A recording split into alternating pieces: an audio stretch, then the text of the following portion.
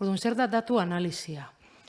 Gaztelezko analitika de datos, deitzen dena, hori da, bai?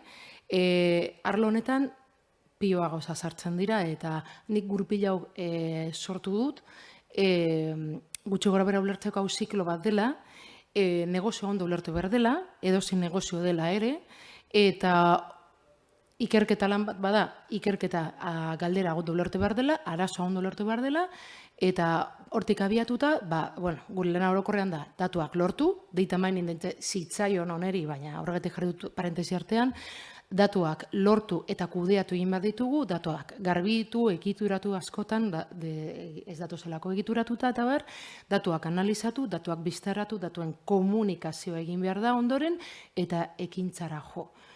Claro, zer da hau guztia? Gure lana egunero. Denbora gehiena, inbertitzen dugu batez ere datuen lorpenean, datuen garbiketan eta analizian. 2, 3 eta 4 puntuetan.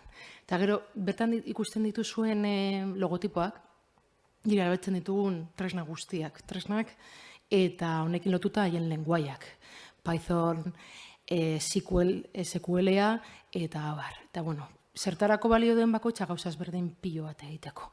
Ez dakit, noizbait entzun dituzuen programa hauek, ChatGPT azken aldian dabil asko gerra emoten, eta, baina ChatGPT da adimen artifizialeko tresna oso baliagarria, eta hemen sartu behar dut disclaimerra edo, ChatGPT ez du balio bakarrik etxerako lanak egiteko. Ez badakizu zer ematen dizun ChatGPTek, ez badaukazu arlo horretan jakintza maila nahiko handia ChatGPTek engainatu alzaitu. ChatGPTek askotan ez ditu adibidez iturburuak ematen.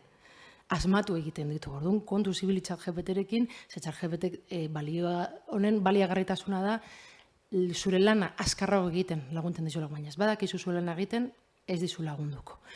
Eta gero ja, puntu modura, grafo baten adibidea jarri dut hortxikian, hori da datu biztaratzen mota bat, eta honekin guztiarekin egiten dugu lan. Datu kudeaketa hau eta askoz gehiago da.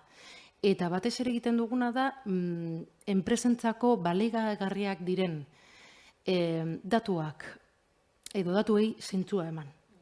Business intelligence deitzen dena, enpresa inteligentzia deitzen dena euskaraz, hori sortzen dugu datuetatik.